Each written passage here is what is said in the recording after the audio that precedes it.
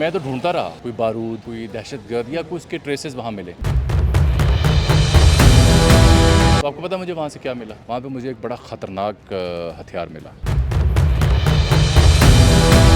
उससे डर गया था मोदी।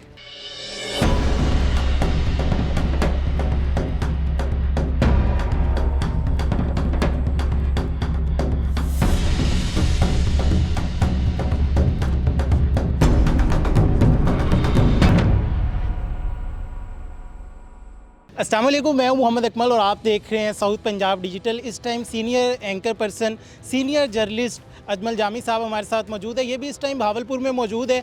बुज़दिल दुश्मन की जानिब से जो हमले किए जाते हैं, ये भी उनकी कवरेज करने के लिए वो जो कहते हैं कि हमने दहशतगर्दों के ठिकानों को टारगेट किया है, ये भी वो दिखाने आए थे कि कौन से दहशतगर्द थे, कहाँ पर टारगेट किया गया। सर, आप भी यहाँ पर आए हैं, आपने देखी है, कवर भी किया है, तो इस हवाले से क्या कहना चाहेंगे कि हमेशा से जो प्रोपेगेंडा किया जाता है? ये जो मेरा मूड अच्छा हुआ बिलाखिर पूरा दिन गुजारने के बाद, वो आपकी और मेरे नाम की वो मुमासलत की वजह से नहीं हुआ।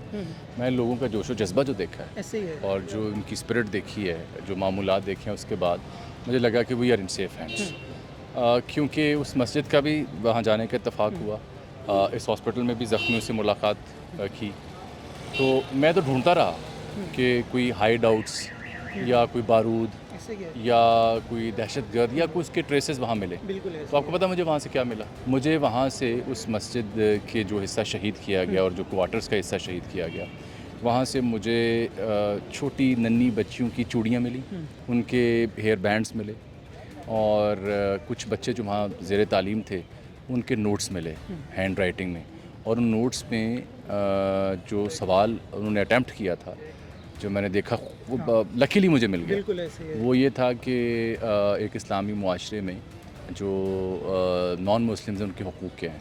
तो इसका मतलब उस मदरसे में बच्चों को ये तालीम दी जा रही थी कुरान और हदीस के अलावा कि जो एक मुस्लिम मुआशरा होता है उसमें गैर मुस्लिम के हकूक़ क्या हैं, और वहाँ पे जस्टिस की, इंसाफ की, तहफ़्फ़ुज़ की, आज़ादी की, उसकी बात कर रहे थे। अच्छा, और वहाँ पे और मुझे क्या मिला? वहाँ पे मुझे एक बड़ा ख़तरनाक हथियार मिला, बहुत ख़तरनाक हथियार मिला। आपको पता वो क्या है? क्या है? वो एक छोटा पीले रंग का एक ट्रैक्टर और एक क्रेन, बच्चे का जो खिलौना नहीं होता प्लास्टिक का, वो मिला है। उससे डर गया था मोदी, और उससे खेलने वाले बच्चे से डर गया था।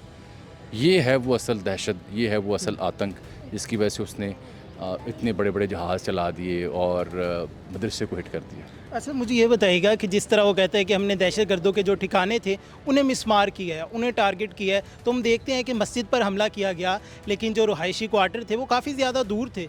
तो फिर उन पे हमला क्यों किया गया? एक दफ़ा हमला होता है, 4 दफ़ा क्यों किया गया? यही तो मैं आपसे अर्ज़ कर रहा हूँ कि मैं भी ये समझने के लिए वहाँ गया, तो ये मालूम हुआ कि ये सिर्फ पागलपन था, फाशिज़म है, वार मोंगरिंग है, एक जंगी जुनून है, और एक गैर इंसानी एक हरकत है।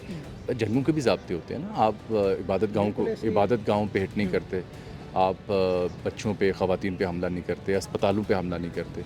लेकिन वहाँ कुछ नहीं मिला, तो जो अल्लाह और अल्लाह के रसूल का नाम लेने वाले नमाजी आए, उन पे हमला किया।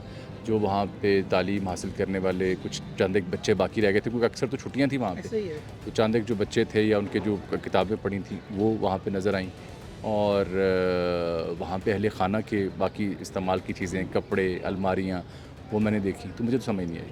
सर, हमने देखा है कि जो उनके लवाहकीन थे वो भी मौजूद थे, उनमें जज्बा ईमानी जो है वो नज़र आ रहा है। पाकिस्तानी कौम की एक ही तो खूबी है कि इसको जितनी बार भी ललकारा जाए, जितना भी इसके ऊपर जारहियत की जाए, ये उठती है, ये अपनी आवाज़ बुलंद करती है और जवाब देती है। Sir, thank you so much. Senior journalist, senior anchor person Mohammad Ajmal Jami sahab हमारे साथ मौजूद थे।